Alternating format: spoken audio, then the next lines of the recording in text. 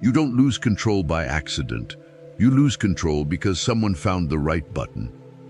Most people believe anger is natural, inevitable, human, but look closely. Anger rarely appears when your life is in danger. It appears when your ego feels threatened, when someone challenges your importance, ignores you, or contradicts what you want.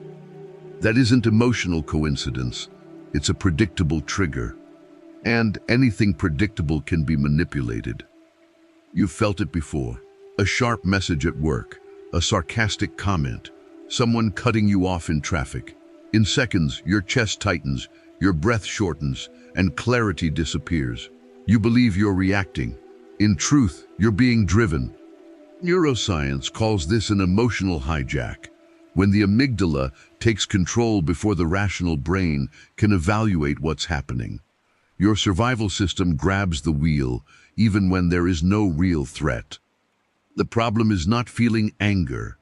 The problem is being ruled by it. Throughout history, warriors, monks, and strategists understood something most people never learn. Whoever controls their reactions controls their destiny. Whoever doesn't becomes predictable, manipulable, and fragile. Miyamoto Musashi, the undefeated swordsman, did not win because he was the strongest. He won because no one could provoke him. While his opponents fought the enemy in front of them, Musashi defeated the enemy within before the first strike. Here is the hard truth. Your greatest vulnerability is not a lack of strength, intelligence, or talent. It is how easily you are provoked. And while someone can trigger your emotions, you will keep surrendering your power without realizing it. If this kind of truth makes you uncomfortable, that is a good sign. It means your awareness is still alive. And if you choose to face what truly governs your life, consider subscribing, not as a habit, but as a quiet commitment to your own evolution. Because this is not about temper. This is about freedom. There is a reason you react before you think. It is not weakness, it is biology. For millions of years, survival depended on speed. A sound in the bushes could mean a predator. Hesitation could mean death. The human brain evolved to react before analyzing. That ancient response still lives inside you. When someone disrespects you, your primitive brain interprets it as a threat to social status. And to the ancestral brain, loss of status meant loss of protection, resources, and belonging. In other words, danger.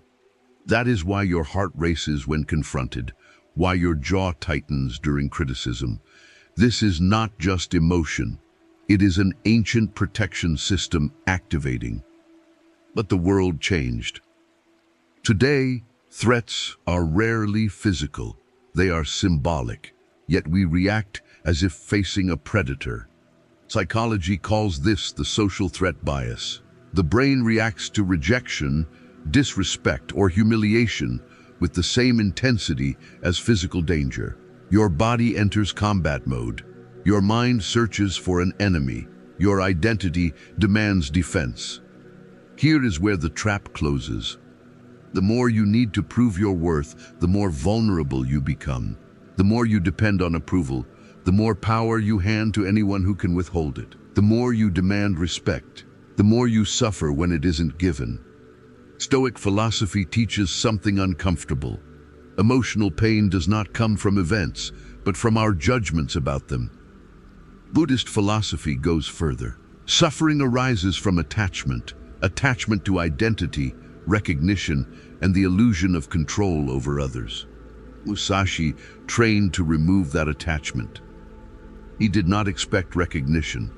He did not seek approval. He did not depend on validation. And therefore, no one could wound him. When you no longer need validation, insults lose force. When you no longer need to win every argument, provocation loses meaning. When you release control, frustration loses its poison. You do not react because you are weak. You react because you were conditioned. And what was conditioned can be retrained. The cost of losing control does not arrive all at once. it seeps in. It is not the occasional outburst that ruins lives. It is the repeated pattern, the impulsive reply, the words spoken in heat, the pride that blocks an apology, the resentment that quietly accumulates. Relationships erode. Respect declines. Opportunities close. And you rarely notice that your own reactions began the chain. Emotionally predictable people are easy to manage. A manipulative boss learns which buttons to press. A partner learns how to trigger guilt. A rival learns how to destabilize you before the conflict even begins. This is not theory. It is human behavior. Whoever loses control first loses position. Neuroscience shows that during intense emotional activation, the brain's capacity for rational decision-making drops sharply. Blood flow shifts toward survival systems, reducing activity in the prefrontal cortex, the region responsible for planning, judgment, and strategy. In simple terms, the angrier you become, the less intelligent your decisions become in that moment. That is why people say things they regret, make decisions that sabotage their future, react in ways they would never choose in clarity. Then comes regret. But the most dangerous cost is not immediate damage. It is the unconscious training that occurs every time you react impulsively. Each explosion strengthens the neural pathway. The next reaction becomes faster, easier, more automatic. You train your nervous system to lose control. Meanwhile, those who cultivate self-mastery train the opposite path. They create space between stimulus and response. They observe before acting. They choose rather than react. This invisible difference changes entire destinies. If nothing changes, the pattern solidifies. Reactivity becomes identity. Impulsiveness becomes reputation. Over time, you stop being seen as stable, reliable, or trustworthy. Not because you lack ability, but because you are predictable.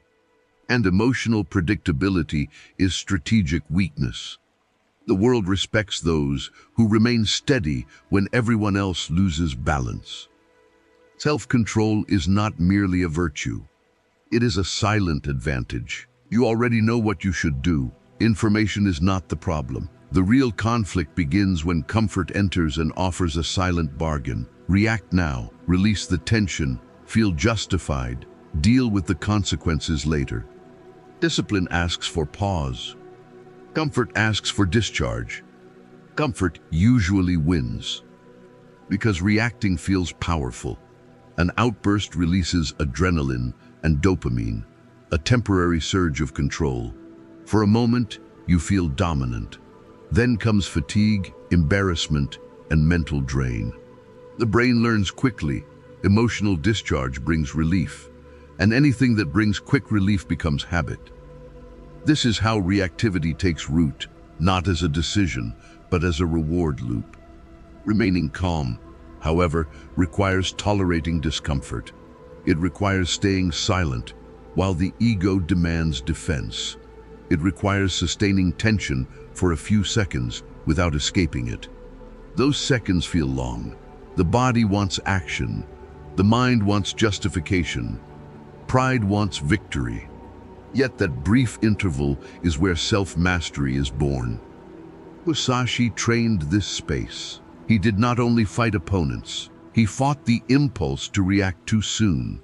He stood still while the opponent grew agitated. He observed breathing, rhythm, intention. He waited until the other revealed urgency. The one who rushes reveals weakness. The one who reacts exposes openings. The one who loses calm abandons strategy. In modern life, the duel is less visible but follows the same pattern. A conflict at home, pressure at work, provocation online. The impulse arrives like a command. Respond now. If you obey, the pattern strengthens. Comfort protects the ego while weakening your position. Discipline feels cold at first. Silence feels like weakness. Waiting feels like losing. But look closer. The calm person controls the pace. The patient person sees more. The one who tolerates discomfort gains freedom for far longer. The battle is not external.